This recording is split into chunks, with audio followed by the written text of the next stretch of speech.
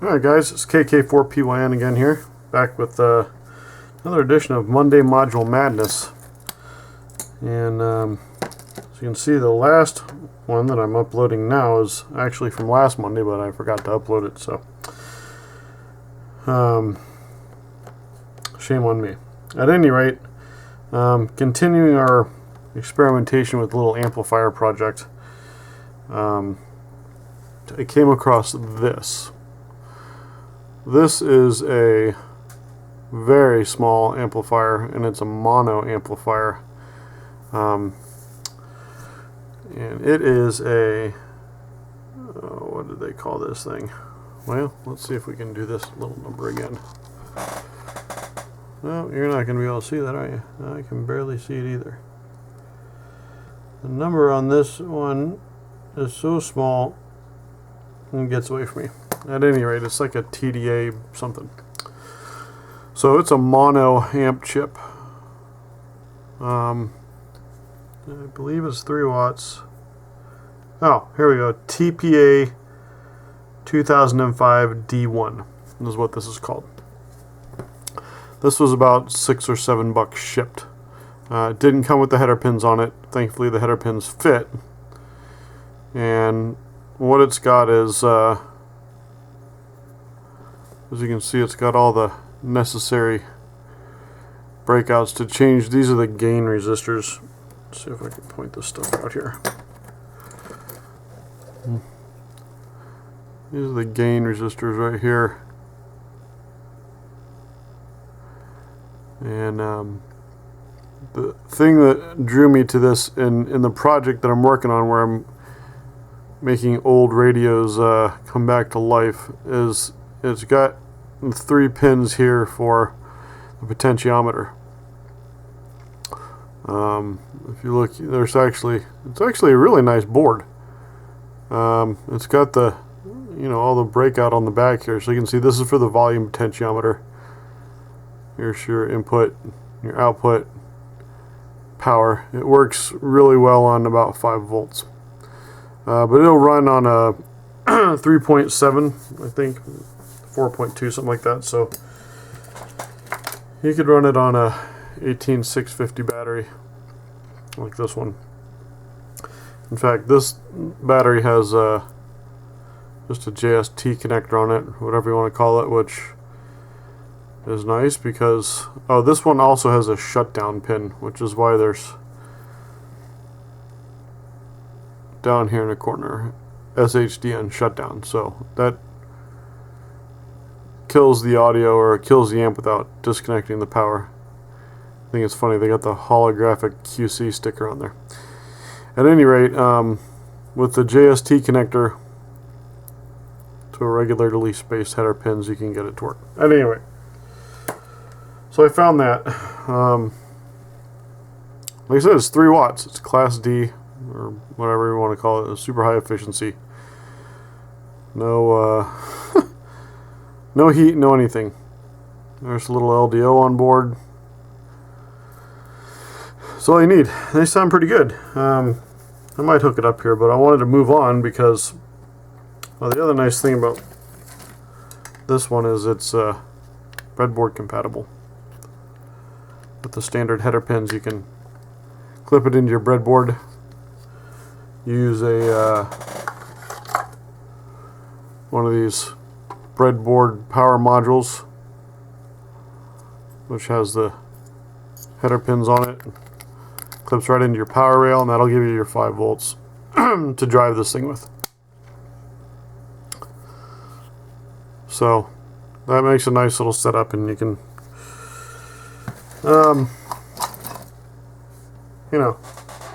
you can do all your experimentation. I'm sure all you guys have seen these, the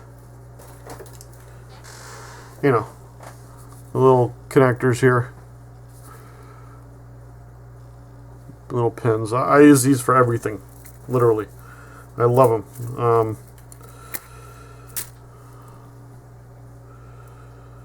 I'll show you why.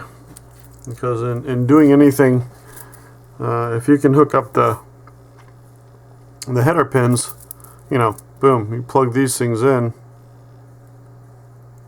and you're off to the races. Well, you know, nothing ever works when you get the video camera rolling. At any rate, so you can plug those right in, hook it up to whatever else you want. These are nice. These are female to female. These are so cheap. They're a couple bucks. You get like 40 or 50. These are male to male. And I believe I have, yeah. Here's male to female. So it's an extension. And these things, like I said, the whole pack like this is $5 or $6. I've used like a bunch of them already. So you can hook that up. I've actually started, and this wasn't my idea, it was a buddy of mine's. I've actually started using these for everything. So here's some the female ends, and I just cut it off and put it into a 3.5 millimeter adapter. So now that makes it extremely easy to hook up. So let me look at this. Here's our input. I did green for ground, so I remember. And you know, we just beep. Well, let's try this. So there you go, you're hooked up. Now you can plug this in and you're off to the races. Where that comes in really handy, you saw that in my last video with that little stereo amp that I had. Is that sitting around here? Yeah. And you can see I've got, this is the output. So I've got those into the output. There's your power, so you can run it right to power. And then I put the male ends on these because I can either just plug them into the back of an actual speaker, you know, into the spring terminals with this, or like you saw with these little type of speakers with the, you know, the little JST type connector or circuit board connector on it. There you go. Boom, you're done. No soldering, no clips, you know. It works flawlessly. So that's that type of setup there I like. You know, because I'm obviously a big fan of this type of little hookup here with the little hook that you guys have all seen.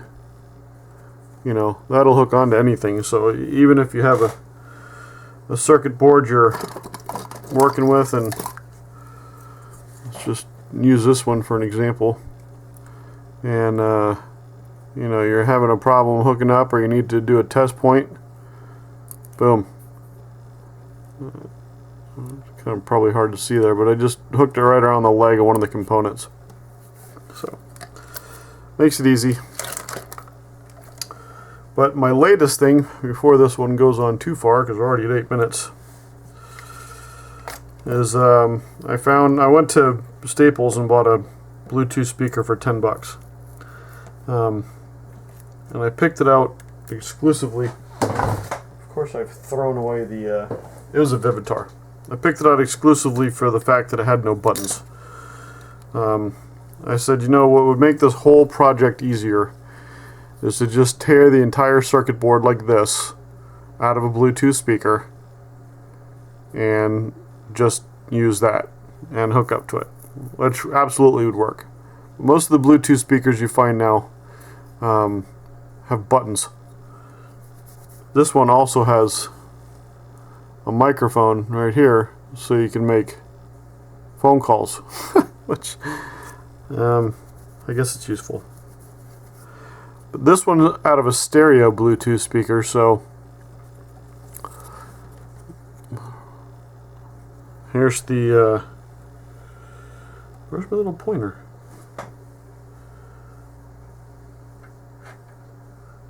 Well, we'll use this one. Here's the power connector for the battery, and here's the speaker outputs right here. Here's the audio amp chip, which is stereo, and that is a mix something. MIX 3007, which I've never heard of. I haven't looked up the data sheet yet, but at any rate, here's the onboard Bluetooth chip right here. Here's a Bluetooth antenna. It's got audio input. There's a switch to turn it on and off. And as you can see, it's kind of nice. At least the circuit board is marked with what it is. There's battery. Now there was a USB micro plug right here, but that's why this was broken. Somebody gave this to me. It was broken. Wouldn't charge. And the plug was gone. And I said, oh, no problem, I'll fix that. I ripped it off. The traces were blown off the board, so this thing is dead. It still works if you plug the battery in. There's two little tiny LEDs on the front board here. So this still works. And I followed the traces down, trying to find an easy place to hook up power somewhere here on the board that just mimics this input. And you can see the traces coming down here, and then there's some vias they go through. At any rate, couldn't find it, haven't messed with it. I put it to the side because I went, that's not going to work for what I really want, because the radios that I'm doing are all mono, one speaker. So went to Staples, bought a $10 Bluetooth speaker by Vivitar. Had one speaker in it, so it was mono. And I bought it especially for the reason that it had no buttons. It had a power switch, and that was it. And so I took it apart, took the speaker out of it, which was actually a pretty nice speaker. This is the speaker that came out of it. And much to my dismay, it was 4 ohms. I was really looking for 8 ohms because that's what type of speaker comes in most of the little radios I'm working with. This is just an old schooly transistor radio here. And we're just going to convert it to Bluetooth. This one actually is kind of nice. This is the signal wire that goes to the right into the potentiometer. So I can tap my Bluetooth signal into that, and the AM/FM radio portion still works, but when you turn the Bluetooth on, you get Bluetooth.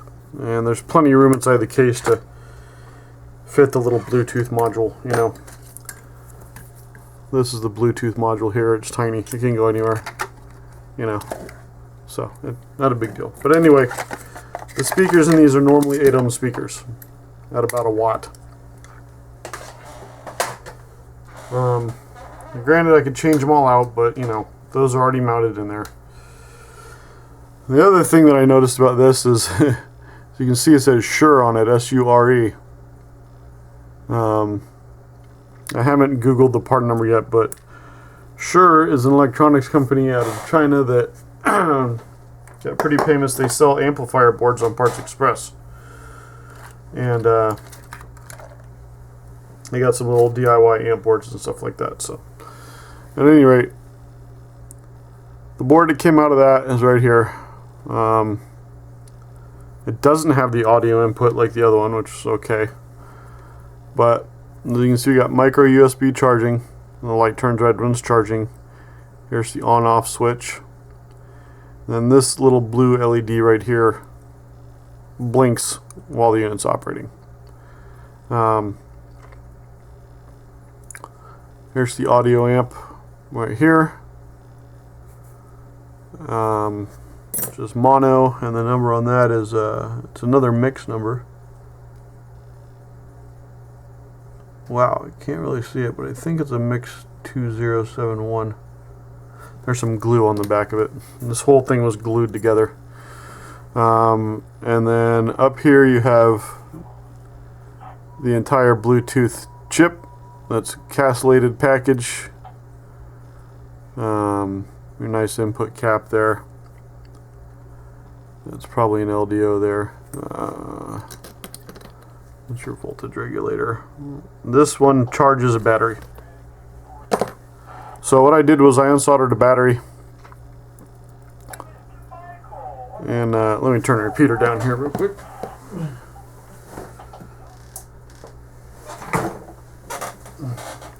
Unsoldered the battery and the speaker, and put some of these nice jumper wires on there.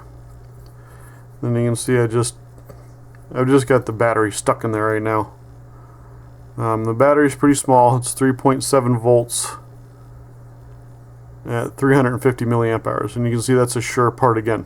It's lithium ion, whatever. It says the runtime on this is 2 hours. I'm sure that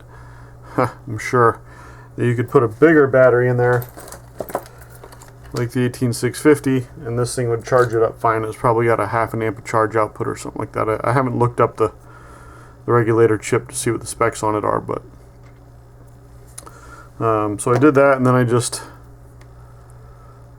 that's for the speaker. So let's go ahead and power this thing up. This is a speaker I got off Parts Express. It's really nice. You can see I just put it in this wood box here. This is a BMR 12 watt 8 ohm. So it doesn't sound very good because it's 8 ohm and this amp will drive 5 ohms, but you can see this is a 12 watt speaker.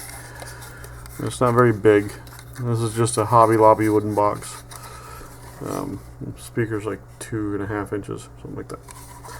But again, soldered on some jumper cables right onto the things, and that way I can adapt. Now, what we got here, 2 females. Well, that's no problem because we've got 1,001 header pins laying around. If you're going to be doing any type of experimentation, you should always stock up on header pins.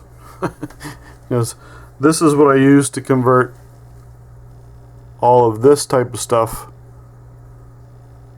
so that we're not soldering wires on directly onto the board, which makes it kind of a pain to work with.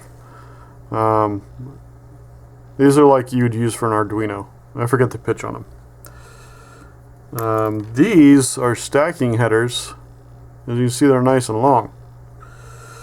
So all we got to do, take our trusty Play-Doh cutters, snip 2 of those off, and you got yourself a nice interconnect. So we're going to plug those in there. This goes to speaker.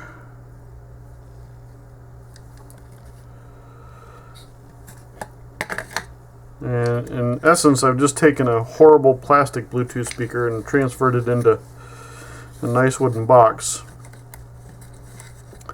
So we're going to turn this on. You'll see it flashing, and it does this little tone. So hopefully the battery holds out for this experiment.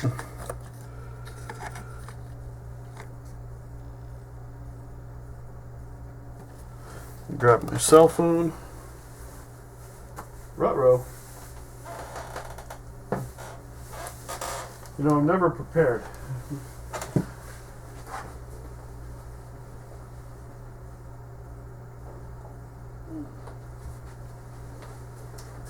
So,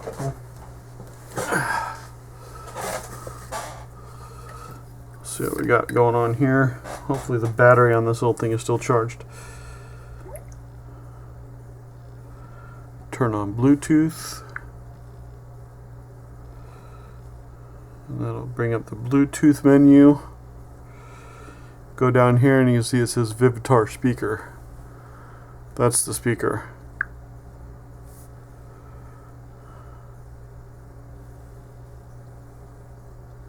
I think the battery might be dead. Yeah. Leave it to me to make a video with a dead battery. Let's see if this one has any juice in it.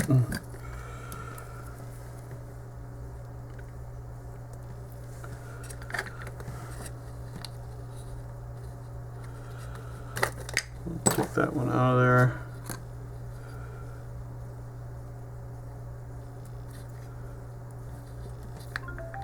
Alright, that's got some juice.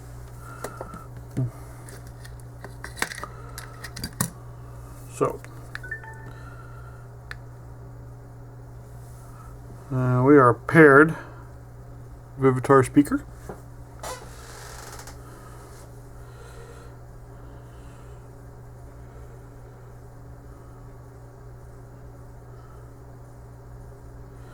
And let's find something to play. YouTube's giving me some type of ad right now.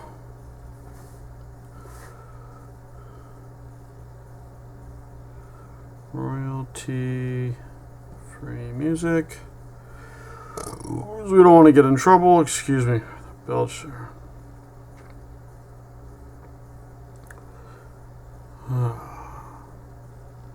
Don't know what this is.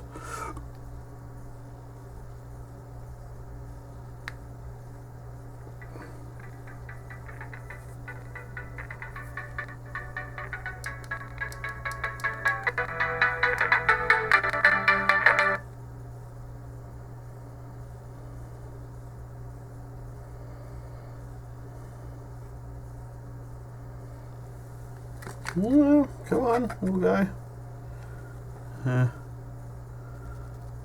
YouTube sucks.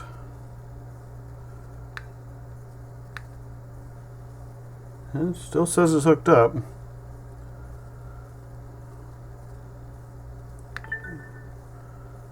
Unpair and repair. Try that. As with anything experimental, it's always going to be buggy.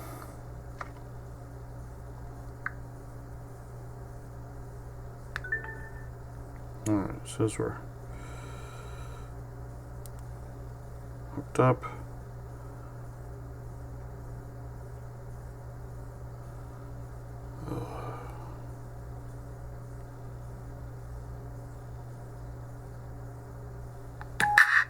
There we go. This is just some random music.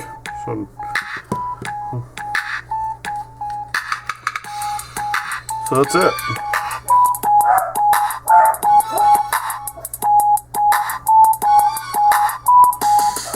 See if we can get this to close.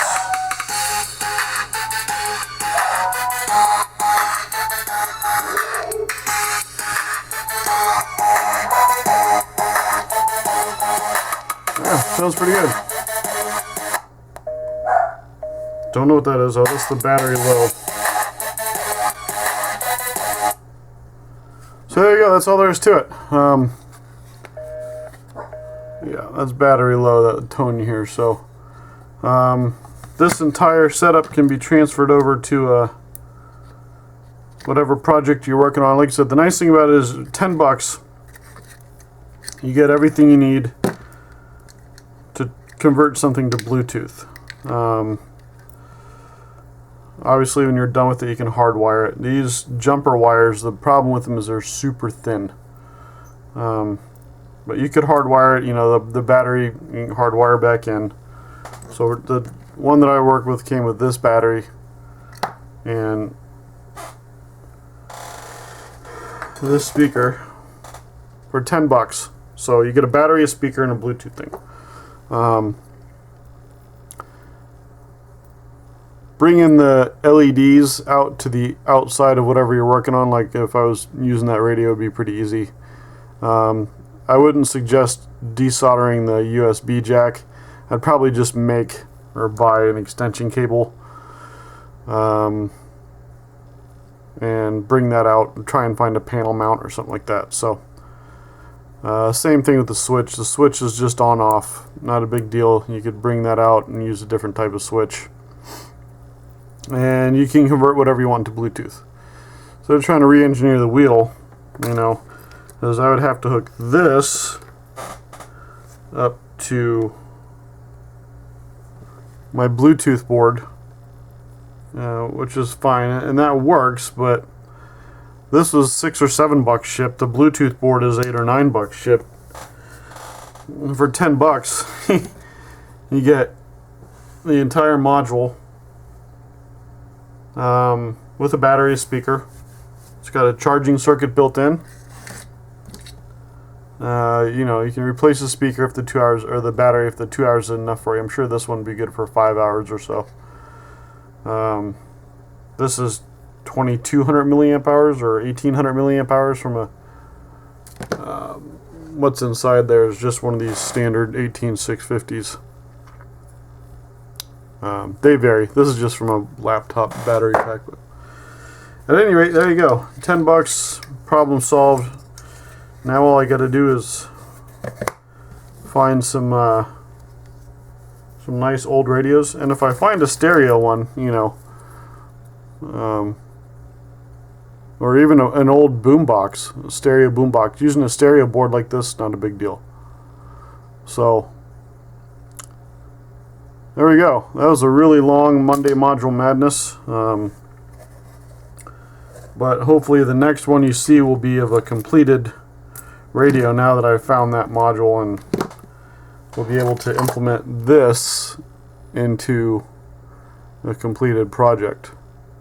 And in case you're wondering, the reason this board right here is rounded is because this was actually mounted in the case and it was clearance for the speaker. So that's all there is to that. See you guys next Monday, hopefully. Thanks for checking out my videos. Please make sure you like and subscribe. I do this for you guys so that you can see what I'm up to and hopefully give you some ideas to help you be creative. Going forward, it'll probably be more ham radio related also, since I will be doing the National Parks on the Air event next year. I'm going to be doing some QRP work out in the field. My latest purchase was the Rig Blaster Nomic. It's about $60. I've thought about building an interface, but this one is just so polished and finished. For $60 it came with all the cables you need, a PL2303 serial to USB adapter, so this way I can do digital modes off of my little Asus EPC 900, and you know, it's small and it's powered off of the serial port, so I don't need any additional power for it, and it works good. I've already tested it out. You can use it on any type of radio, and I got to call Rig Blaster today because they said there's a way that I can use this to just key the radio. They said if I had they sell it, but if I made an RJ45 to 1/4 inch plug, that it could just key a radio. So if I get a small QRP-CW transmitter, which should be coming in the mail any day, I can use FL Digi to key that, because I don't know code yet. I'm working on it though. So at any rate, stay tuned, and we'll have another video coming up about this here shortly, and review. Like I said, I've got it working, it works good, and I'm just waiting for the bands to open up and we'll get that going. So 73, thanks for watching, and we'll see you next week.